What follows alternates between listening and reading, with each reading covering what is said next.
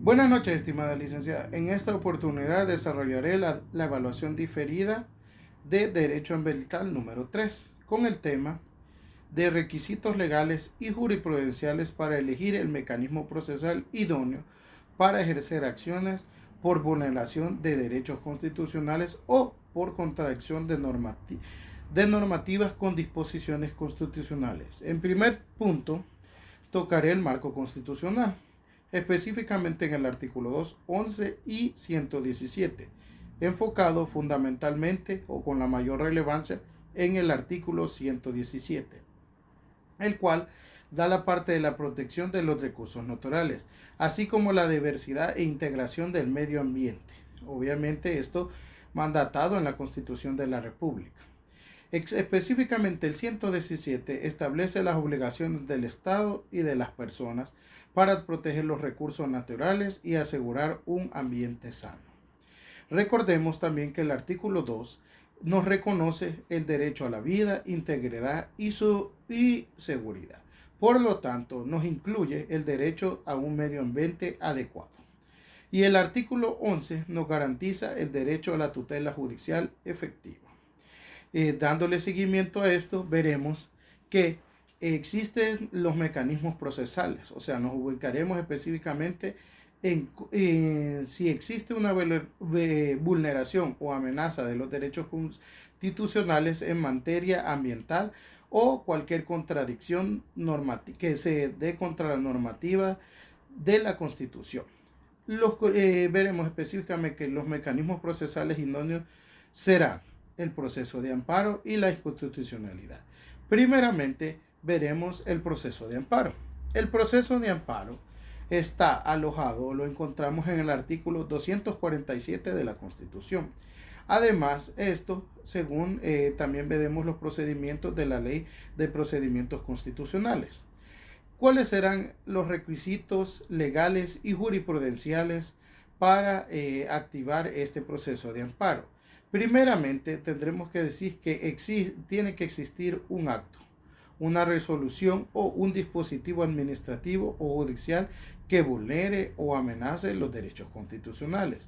Por ejemplo, que sea en el caso del derecho ambiental como el derecho al ambiente sano. Además, diremos que al ser afectado al ser afectado esto, tiene que haber agotado previamente los recursos ordinarios ante las autoridades correspondientes. Esto dado el principio de subsidiariedad. Además, esto se podrá interponer en un plazo de 30 días hábiles contados desde la notificación o conocimiento del acto. Obviamente, el afectado debe acreditar el interés directo, el personal y el legítimo. Podemos ver, por ejemplo, uno de los amparos, el 163-2007 de la Sala de lo Constitucional, donde veremos parte de esta jurisprudencia, donde se ha reconocido que el derecho al medio ambiente sano como derecho fundamental, autónomo y que es tutelable por amparo. Diremos que el amparo es un derecho que está expresamente garantizado por los artículos 11 y 247 de la Constitución, donde visualizaremos que el 247 es específico, en el cual dice que, cito, toda persona puede pedir amparo ante la Sala de lo Constitucional de la Corte Suprema de Justicia por violación de los derechos que otorga la presente Constitución. Como decíamos anteriormente, por ejemplo, una vulneración al derecho al ambiente sano. También visualizaremos como segundo punto de estos mecanismos que se pueden usar la inconstitucionalidad. Está alojada en el 183 de la Constitución. Además, en el artículo 2 de la Ley de Procedimientos Constitucionales. Diremos que aquí existen requisitos legales y también hay formas jurisprudenciales. Esto obviamente se dirige específicamente contra las leyes, la inconstitucionalidad contra las leyes, decretos o reglamentos que contravengan a la Constitución. Un ejemplo de esto sería una normativa ambiental contraria al principio de sostenibilidad o al derecho al medio ambiente sano. Obviamente esto se puede interponer por cualquier ciudadano como una acción pública. Esto debe estar justificado y compatibilidad directa entre la normativa impugnada y la disposición constitucional. Un ejemplo de ello es lo establecido en la Constitucionalidad 128 del 2016, en donde se ha establecido que el examen de constitucionalidad puede abarcar el control de razonamiento ambiental, analizado si la norma respeta los principios de prevención, precaución y desarrollo sostenible. El proceso de inconstitucionalidad veremos que tiene que tener por objeto, este proceso tiene que tener por objeto es controlar que las normas jurídicas contenidas en leyes, decretos y reglamentos, así como en actos de aplicación directa de la Constitución, sean compatibles con esta. Si una norma contradice la Constitución, como citamos el ejemplo, por ejemplo, de un cumplimiento de los procedimientos que ella establece para crear dicha norma o respetando los derechos de la suprema ley que reconoce la Constitución, entonces esa norma jurídica es inválida o carece de efectos jurídicos. Por lo tanto, es el medio para lograr que se declare con carácter general o para todos esa invalidez. Y aquí empieza daría inicio el proceso de inconstitucionalidad. Veremos que para empezar el proceso de inconstitucionalidad, primeramente haremos la demanda. ¿Cómo se hace esta demanda? El proceso de inconstitucionalidad va a comenzar obviamente con una demanda o petición que se va a fundamentar por cualquier ciudadano, en la que va a exponer cuál es la disposición jurídica que considera inconstitucional.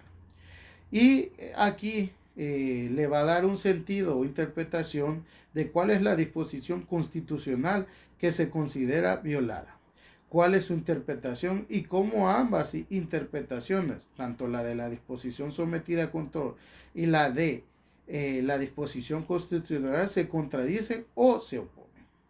Este planteamiento de la demanda de inconstitucionalidad va a ser o corresponde o la puede hacer cualquier ciudadano salvadoreño. Obviamente esto hace posible una defensa muy amplia de respeto a la Constitución frente a los funcionarios con poder para emitir normas jurídicas. El proceso de constitucionalidad también será entendido o puede iniciarse con la certificación de la resolución jurídica en la que un juez o un magistrado en un proceso concreto de competencia haya dejado de aplicar una norma jurídica por considerarla contraria a la Constitución, afirmando expresamente esta contradicción y exponiendo los argumentos para sostenerla. Bueno, siguiendo el proceso de inconstitucionalidad, veremos que media vez se cumple la demanda. La demanda, obviamente, con todos los requisitos para ser admitida, la sala requiere un informe a la autoridad para la cual fue emitida la norma impugnada, en la cual se debe exponer las razones por las que se considera que la norma emitida sí es compatible con la Constitución. En algunos casos, cuando la naturaleza del asunto lo hace necesario, en la resolución que admite la demanda, el tribunal también ordena medidas para asegurar una utilidad práctica de la futura sentencia, como por ejemplo la suspensión de la aplicación de la disposición jurídica que ha sido demandada. Siguiendo hilvanación de ideas, también tenemos que, siguiendo el proceso de inconstitucionalidad, se pedirá una opinión de la Fiscalía General de la República.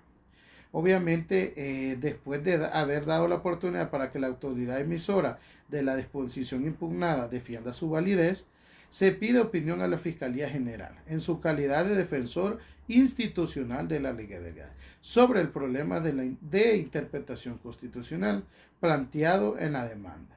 El punto de vista de la Fiscalía puede ser distinto de la decisión final que tome la Sala de lo Constitucional.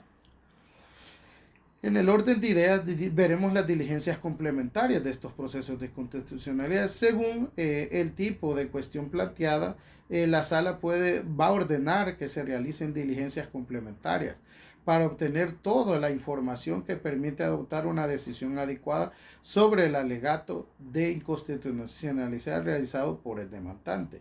Un ejemplo de ello puede ser requerir datos adicionales de la autoridad demandada, colaboración informativa de otras entidades públicas o privadas, o audiencias a personas que puedan resultar afectados por la sentencia del proceso. Finalmente, el proceso de inconstitucionalidad tendrá una sentencia.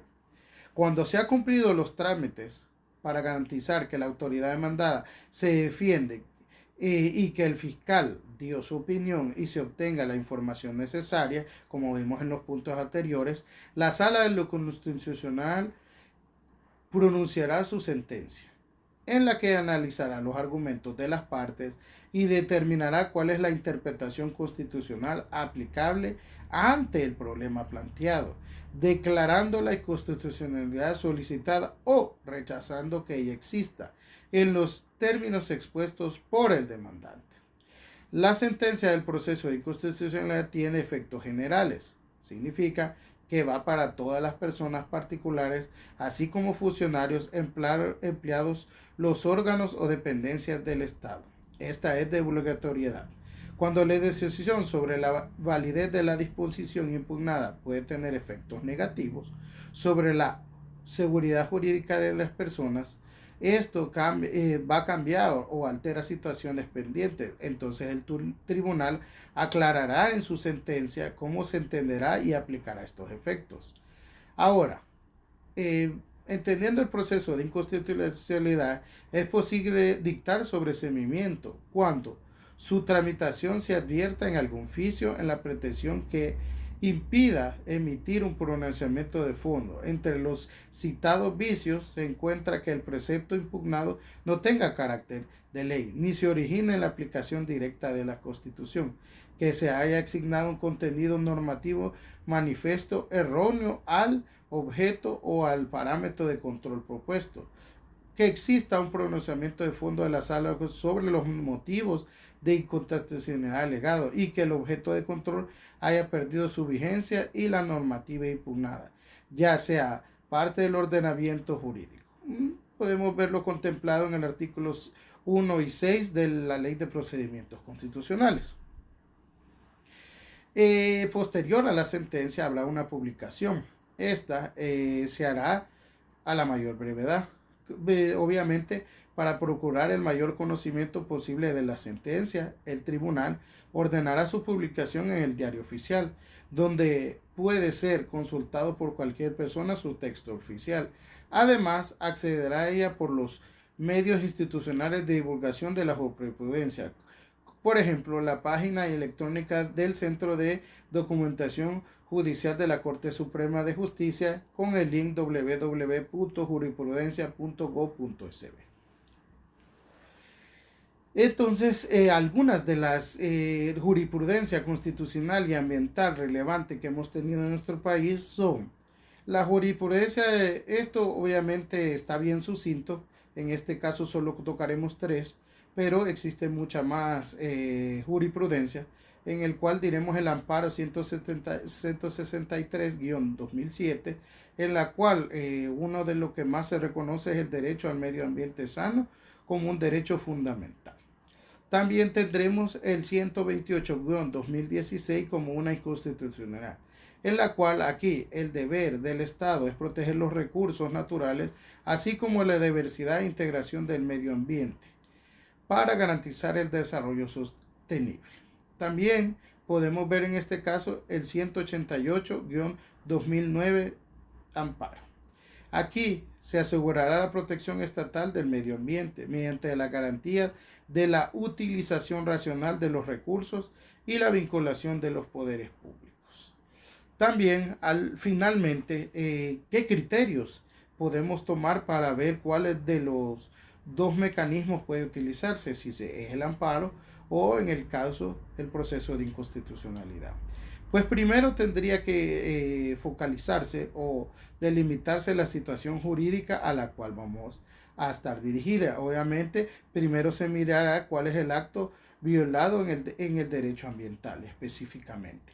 Luego se mirará la norma o reglamento ambiental que está contrario a la Constitución para darle toda la validez de fondo y legalidad que necesita.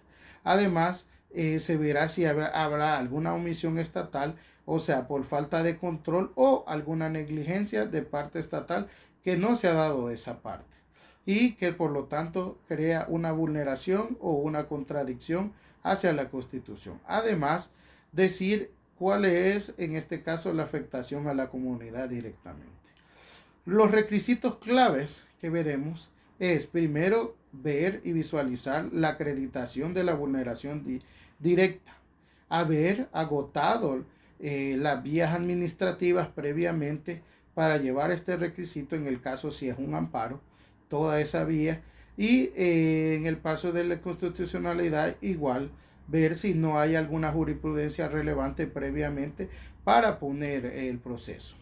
También argumentar cuál es la contradicción entre la norma que se está diciendo y la Constitución y demostrar si hubo alguna omisión o afectación concreta en cuanto a los derechos ambientales. Esto sería todo de mi parte con los procesos que vimos y una feliz noche, licenciado.